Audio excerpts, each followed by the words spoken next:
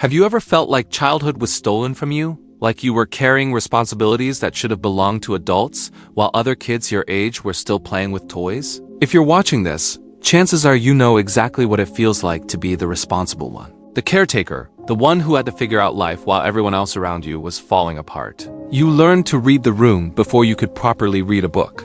You became an expert at managing emotions that weren't even yours. You developed survival skills that no child should ever need.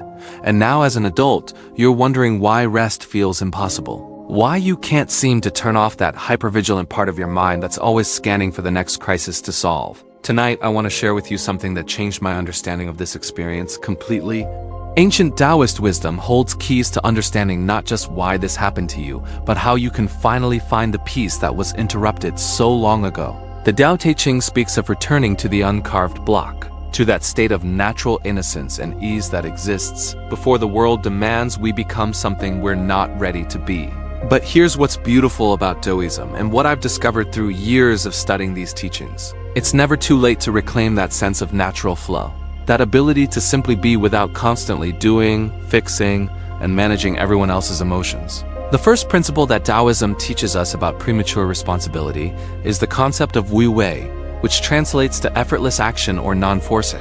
When you were forced to grow up too fast, you learned the opposite of Wu Wei. You learned to force solutions, to push through exhaustion, to make things work through sheer willpower because the adults in your life couldn't or wouldn't handle their own responsibilities. You became a master of forcing outcomes because survival depended on it. But Wu Wei teaches us that there's another way to move through the world, a way that doesn't require you to carry everything on your shoulders. Imagine water flowing around rocks in a stream. The water doesn't struggle or fight against the obstacles. It finds the natural path, flowing with grace and persistence, but never with force. This is how life was meant to be lived, and it's how you can start living now, even after years of believing that everything depends on your effort and control. Think about the last time you felt truly at ease, truly relaxed without that nagging feeling that you should be doing something productive or solving someone else's problems. For many of us who grew up too fast, these moments are rare because we learned that our value was tied to our usefulness, our ability to anticipate needs and solve problems before they became crises. Wu Wei challenges this entire framework. It suggests that the most powerful action often comes from non-action, from creating space for natural solutions to emerge rather than forcing outcomes through willpower and exhaustion. When you practice Wu Wei in your daily life, you might find yourself pausing before automatically taking on someone else's emotional burden. You might notice the impulse to fix, to solve, to manage, and instead choose to simply be present without taking action. This isn't neglect or indifference. It's the recognition that not every problem requires your immediate intervention. That sometimes the most loving thing you can do is allow others to find their own solutions while you maintain your own emotional equilibrium. The second wisdom that Taoism offers is understanding the principle of yin and yang, particularly as it relates to the balance between responsibility and freedom, between caring for others and caring for yourself. When you were young and thrust into adult roles, this balance was completely disrupted.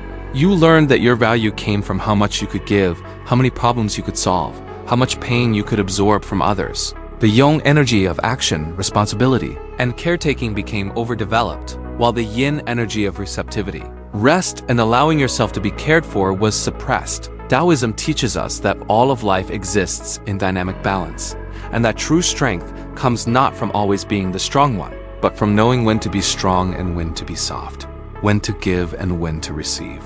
You were never meant to live in constant yang mode, always doing, always responsible, always on. The universe itself operates in cycles of expansion and contraction, activity and rest, giving and receiving. Your nervous system, your heart, your very soul needs both energies to function in harmony. Consider how this imbalance shows up in your adult relationships.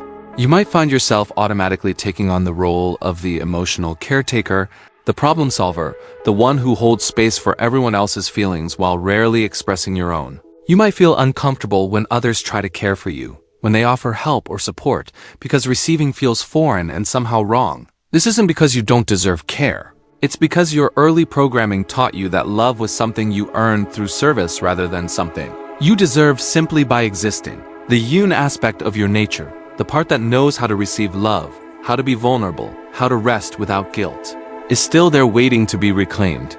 Every time you allow someone to help you, Every time you express a need or share a vulnerability, every time you choose rest over productivity, you're feeding this neglected aspect of yourself and moving toward the balance that was always your birthright. Think about this for a moment. Have you ever noticed how difficult it is for you to ask for help, to let someone else take care of a problem, to simply rest without feeling guilty? This isn't a character flaw. This is the result of a childhood where the natural rhythm of giving and receiving was disrupted before you had a chance to learn it properly. But every day offers you a new opportunity to practice this balance, to consciously invite more yin energy into your life through small acts of self-care, through allowing others to help you, through recognizing that your worth isn't determined by how much you can do for everyone else.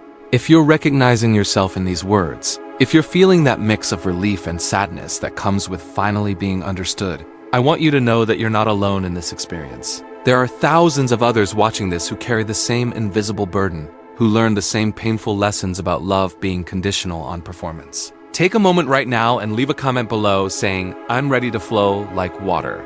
Let this be your declaration that you're choosing a different way forward. Your comment will help someone else feel less alone in their journey. And it marks the beginning of your return to the natural way of being that was always meant to be yours. The third teaching that Taoism offers us is the concept of Te, which refers to virtue or power that comes from alignment with the natural way rather than from forcing and striving. When you were forced to grow up too fast, you developed what we might call artificial power, the ability to make things happen through willpower, control, and endless effort. But this kind of power is exhausting because it goes against the natural flow of life. Te is different. It's the power that comes from being in harmony with your true nature, from acting from a place of authenticity rather than from survival programming. A tree doesn't struggle to grow. It simply follows its nature, sending roots deep into the earth and branches toward the sky. It grows with Te, with natural power that comes from alignment with what it truly is. You too have this natural power, but it was buried under layers of premature responsibility and survival strategies.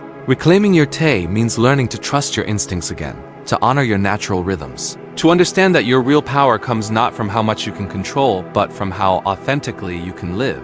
This authentic power manifests differently for each person, but there are common signs that you're beginning to operate from Te rather than from forced effort. You might notice that solutions come more easily, that you feel less exhausted after interactions with others, that your boundaries feel natural rather than forced. You might find yourself making decisions based on what feels right rather than what you think you should do. You might discover that when you stop trying so hard to make everyone happy, your relationships actually improve because people can finally meet the real you rather than the version of you that's constantly adapting to their needs. Te is magnetic in a way that forced effort never is. When you're operating from your authentic power, you naturally attract people and opportunities that align with your true nature rather than your survival programming. The fourth principle is what Taoism calls Pu, the uncarved block, representing the state of natural simplicity and innocence before the world shapes us into something complex and defended. Your uncarved block nature is still there, underneath all the strategies you developed to survive an unpredictable childhood. That part of you that knew how to play, how to wonder, how to trust that the world was fundamentally safe, it didn't disappear. It went into hiding, protecting itself until it was safe to emerge again. One of the most profound healing journeys you can undertake is the journey back to your uncarved block nature, back to the simplicity and trust that existed before you had to become everyone's problem solver. This doesn't mean becoming naive or irresponsible. It means learning to respond to life from a place of natural wisdom, rather than from programmed reactivity. The uncarved block represents a state of being that exists before conditioning, before the world tells us who we should be and how we should act. When you were forced to grow up too fast, you learned to carve yourself into whatever shape the situation required. You became the responsible one, the peacemaker, the emotional caretaker, the problem solver. These roles became so automatic that you might have forgotten there was ever a you that existed before these identities solidified. But that original self, that uncarved essence, remains intact beneath all the roles and responsibilities you took on.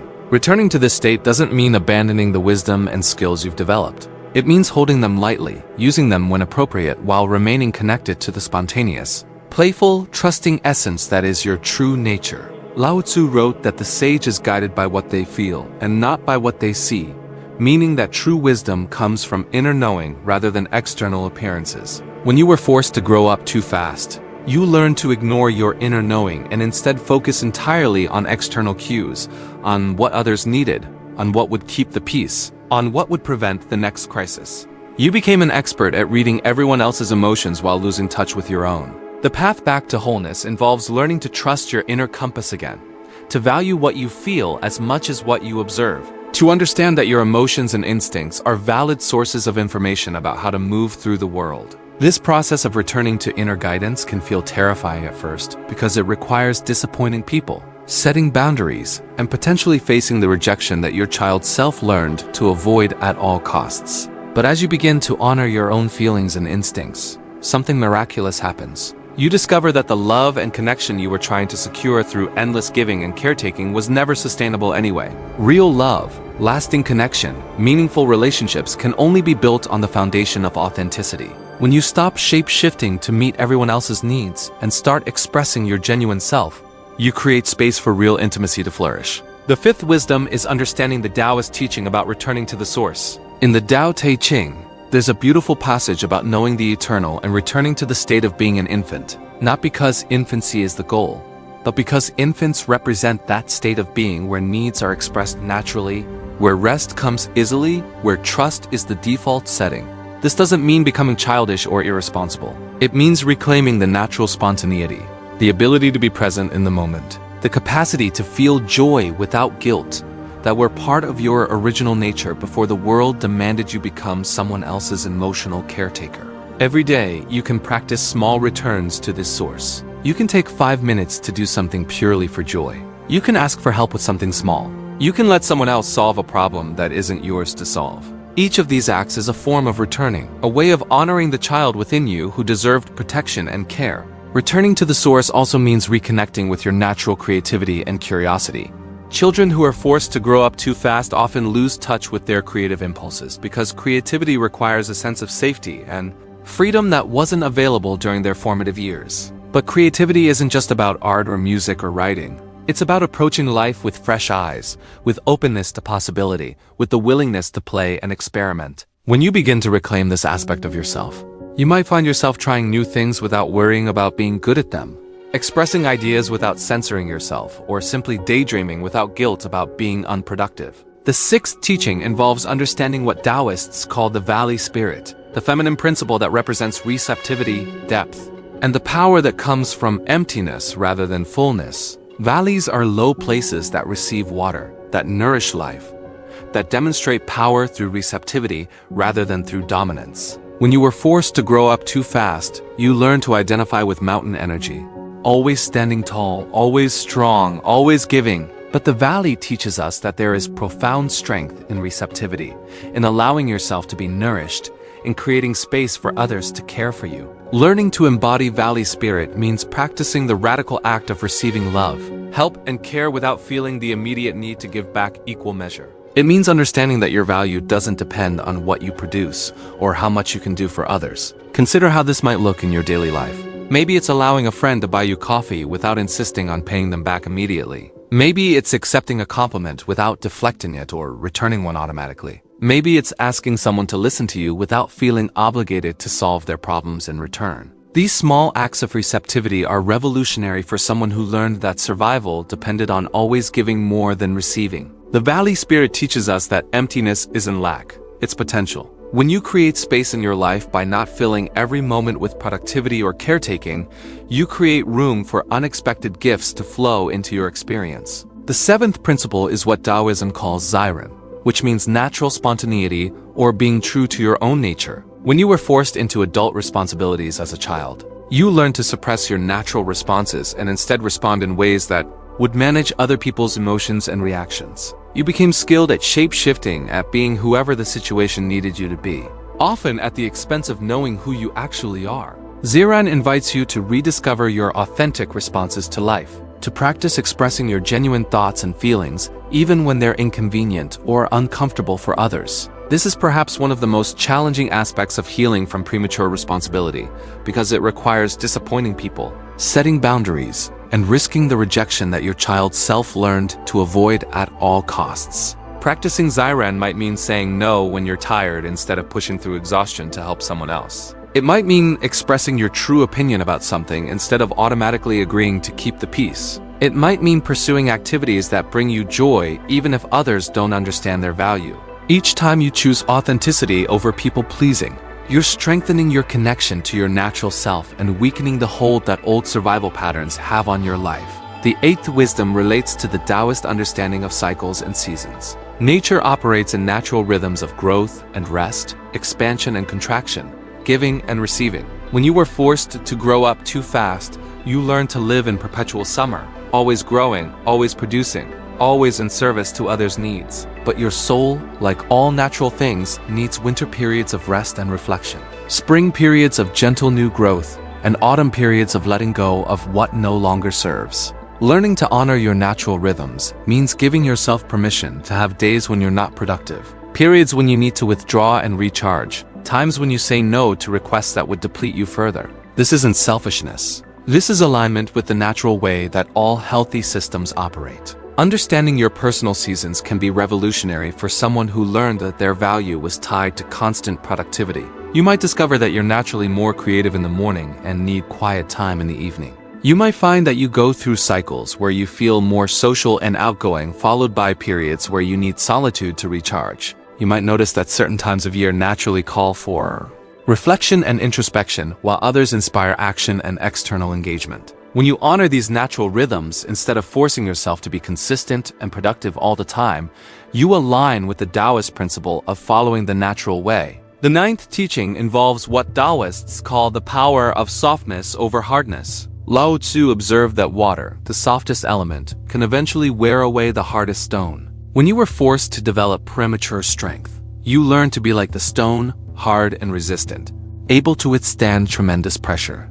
But this hardness, while protective, can also keep you isolated from the very love and connection you long for. The Taoist way suggests that true strength often looks like softness, like the ability to be vulnerable, to bend without breaking, to flow around obstacles rather than fighting them head-on. This doesn't mean becoming a doormat or losing your boundaries. It means learning when to be strong and when to be yielding, when to resist and when to flow, when to stand firm and when to adapt. Softness as strength might look like admitting when you don't know something instead of pretending to have all the answers. It might mean crying when you're sad instead of pushing through emotional pain with stoic determination.